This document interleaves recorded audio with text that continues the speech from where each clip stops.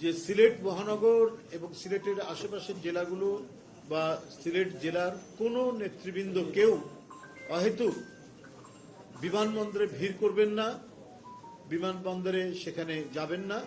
উনি ওই বিমানেই ঢাকায় এসে পৌঁছাবেন এবং ঢাকায় উনাকে আমরা এখানে তার আয়োজনের যে প্রস্তুতি নিচ্ছি তাকে তিনি আসবেন, এসে তার মা দেশনেত্রী বেগম খালেদা জিয়া আমাদের গণতন্ত্রের প্রতীক, সংগ্রামের প্রতীক, এদেশের এক মহান জাতীয় নেতা, তিনি আজ জীবন সন্ধিক্ষণে জীবন সংকটে এভারকেয়ার হাসপাতালে রয়েছেন। তাকে দেখার জন্য তিনি আসবেন।